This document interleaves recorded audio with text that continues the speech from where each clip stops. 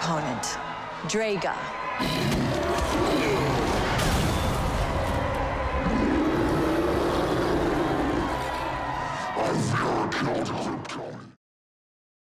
Hey YouTubers, it's Charlie. So a whole bunch of comic book stuff just happened on Supergirl, so I'm going to explain what the hell's going on and how quickly they'll probably be able to get to doing Warworld stuff. Most of you are asking about the Draga Warworld shout out. So just like shooting the beam into the multiverse, like the beam of information on the Flash, sounds like a really bad idea just because who could pick that beam up? You know, somebody who's really intelligent, maybe someone who's really dangerous.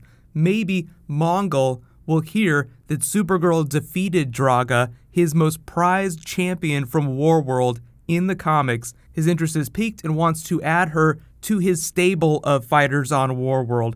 But the problem is that Mongul, this is Mongul 1, not Mongul 2. I know, very creative naming your son Mongul 2, but it just feels like what they're trying to build towards in the Fortnite crossover is the Dominators. In Mongul Warworld is this whole level beyond like what they've done so far that it's just too much of a jump to do that this quickly. So what they might do is just continue to tease that out because they're doing so much alien stuff. Like there are aliens who are using Earth as sort of a hideout. The President of the United States, Wonder Woman Linda Carter here, who is an alien in disguise herself, just gave amnesty to aliens everywhere. So of course something from outer space is going to come, some big threat that is beyond the Dominators.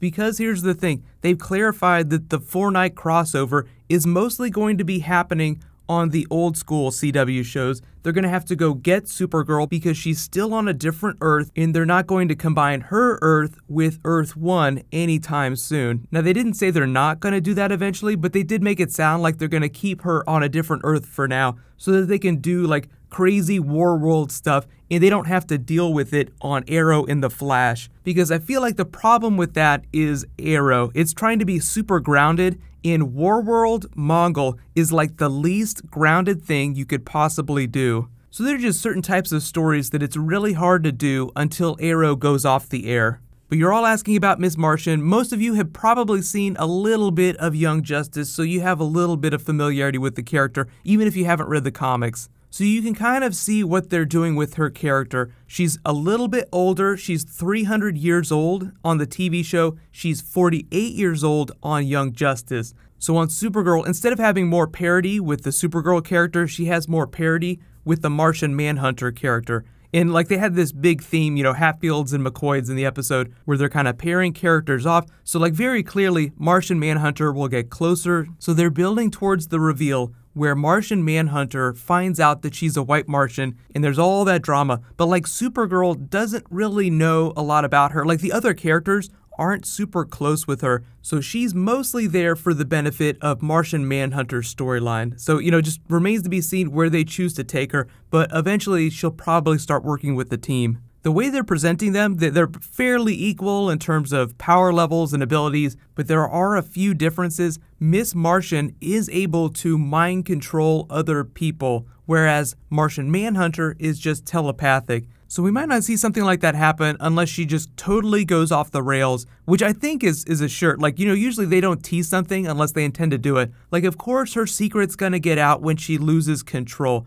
Like, the reason Martian Manhunter shifted during this big fight here is because she almost knocked him the F out and he lost control. So something similar is gonna happen to her. She's gonna lose her shit and then she'll shift into white Martian form and everybody else will lose their shit.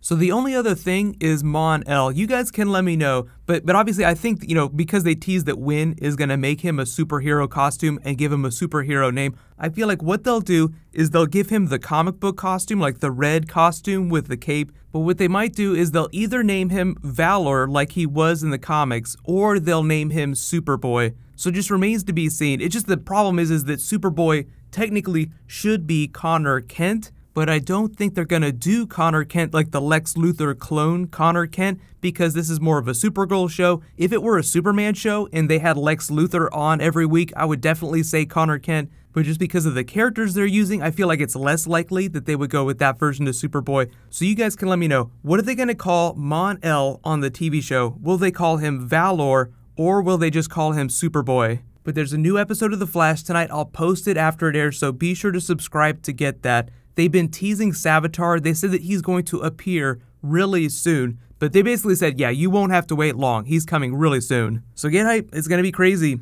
While you guys wait for that to post, you can click here, learn about the drama that's going on with the Flash movie, and you can click here for the trailer for that Flash episode. Thank you so much for watching, everybody. Let's high five. I'll see you guys tonight.